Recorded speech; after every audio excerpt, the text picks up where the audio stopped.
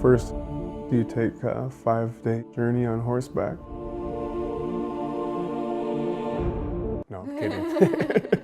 So it's getting the rawhide, cutting the rawhide out, getting the porcupine quills, cleaning them, washing them, dyeing them to the colors that you want them, and then wrapping it. So it's a good process. It takes a lot of time, patience, and then once you do get the quills, you got to sort them and get the right size that you want for the project. It is kind of relaxing to me when I have the time to sit down and to do it.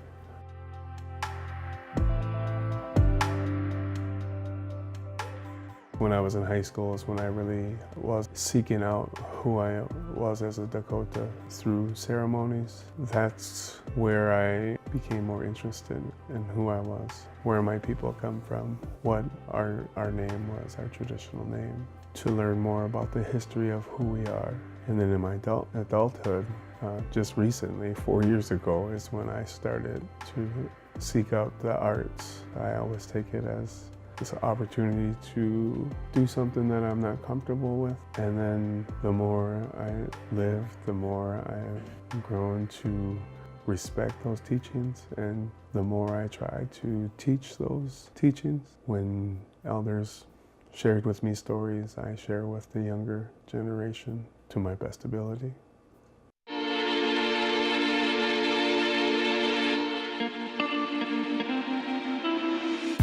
Quill working, or quill work, is a traditional art form that the Dakota, Lakota, Nakota were pre-contact. So it was something that we used to decorate our clothes, our pipe bags, medicine. It was our beads before trading came across. So it goes back a long time.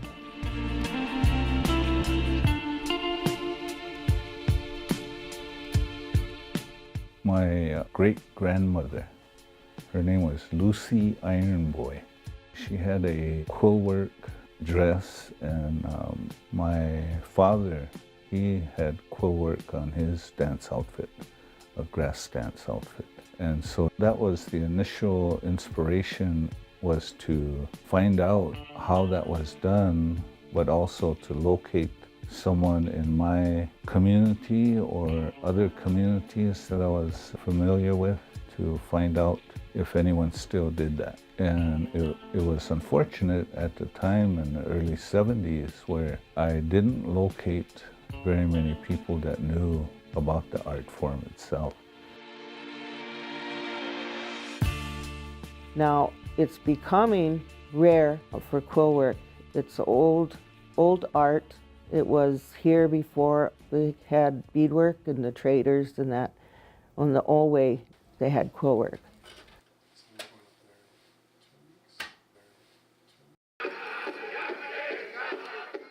In 1978, the Indian Freedom of Religion Act was passed.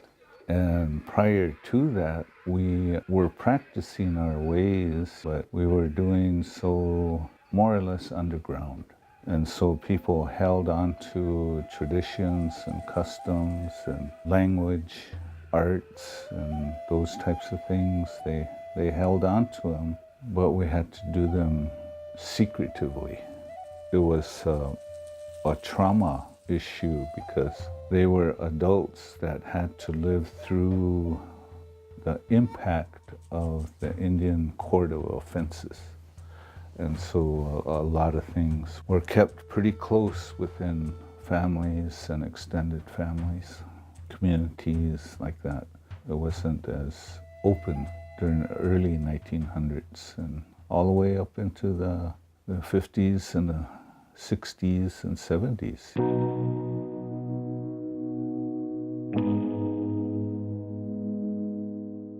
It's tough growing up in two worlds as an indigenous person of North America, not being able to be who we are, not being able to practice all of our way of life is passed down through generations of the oppression that was put on us. So the traditional art is helping me grow, heal, to do my part to pass this on. Our people always say 7 generations. So 7 generations prayed for me, so I'd be able to do this. So I'm trying to do my best for the 7 generations after me to be able to do this art form where it's so deeply in our DNA. So that's my motivation, is somebody suffered and passed the tradition on. So I'm trying to do my best to do that.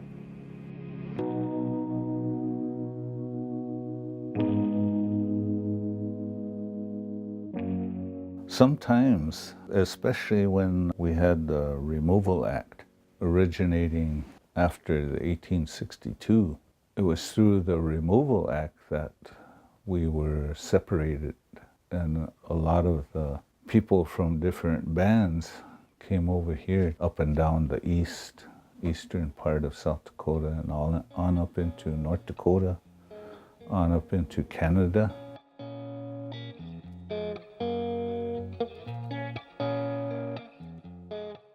So there was a lot of impact from being disenfranchised from our original homelands.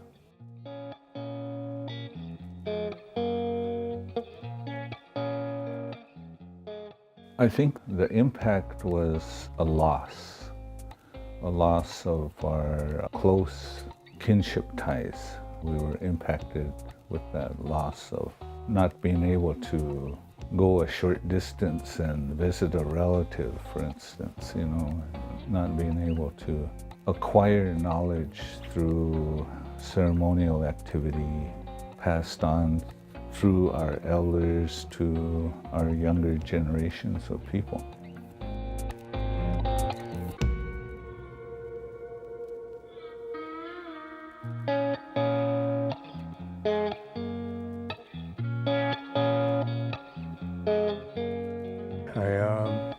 I was working at the casino, and Dakota Wachohan organization in Morton offered apprenticeships with Master Quiller, and at the time it was supposed to be Hope Two Hearts, and she asked me if I was interested in learning how to do quill work. Split second said yes.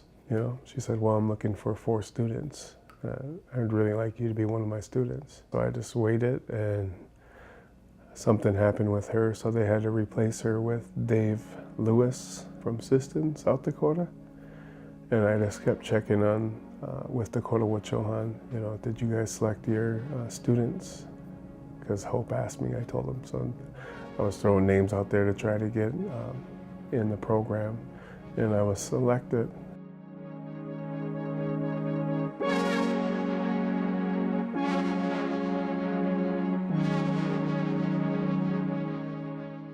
So Dave did all of his own research. He went into museums and looked at the stuff that they had in their collection and taught himself, which took him 40 years to get to now, where he taught me in a 5-month period to the wrapping technique and the sew down technique.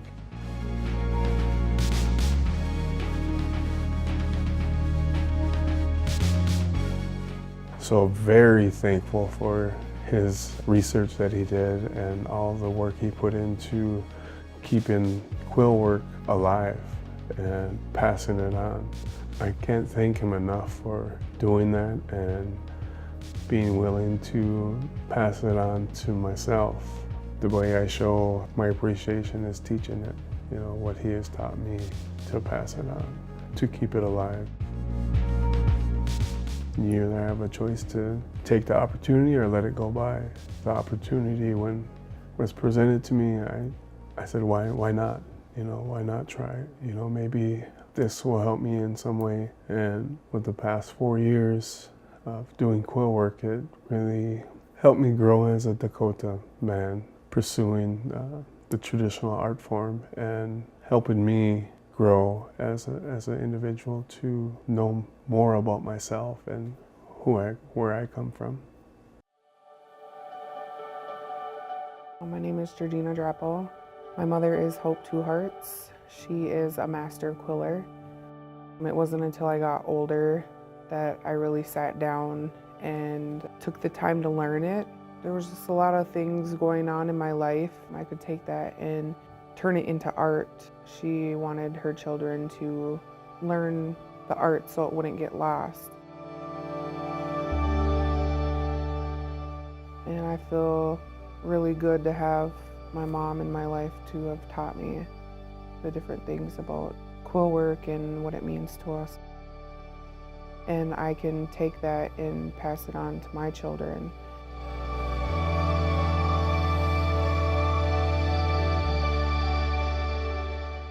Quill work and just the form of the medicine wheel does offer a lot of protection. It means a lot to our people. When I am wearing quill work, it kind of gives that remembrance of who I am and where I come from. A lot of times growing up, there's just ugly people in the world and they make it hard, but when I come back to quill work or beadwork or anything like that, it makes me feel better about being Native American.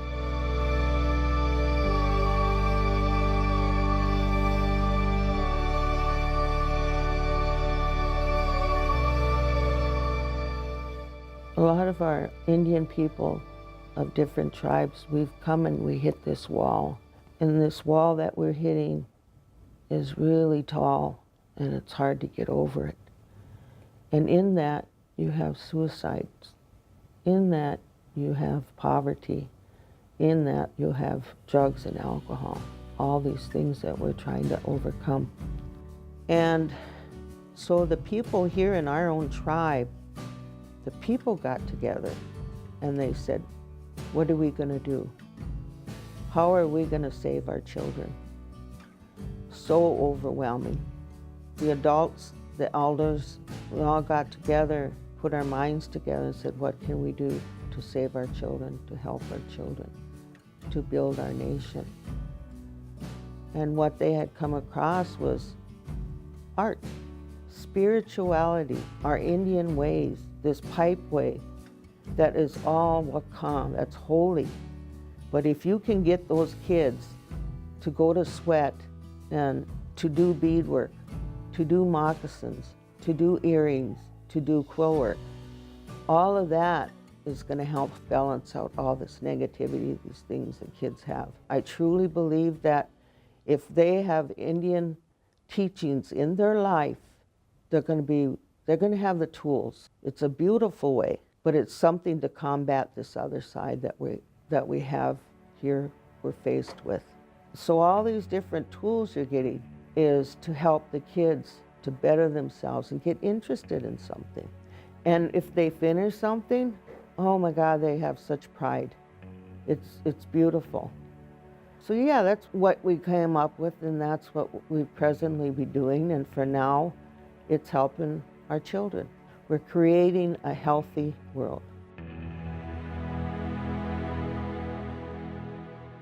Dakota Wichoha, that's the Indian way of life. That's what we want for our nation, for our kids, for ourselves. And you can do that through quill work, because it's a spiritual being.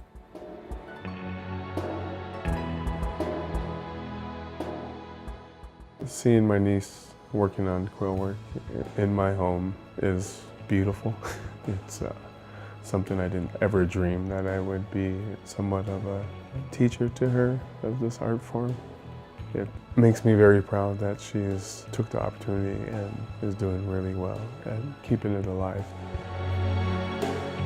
But when you have an opportunity, take it, and being willing to give anything a shot, because there's always a plan for us. And it all comes together of who we are as Dakotas. It's the language, the arts, the ceremonies. It all helps ourselves so we can help our people.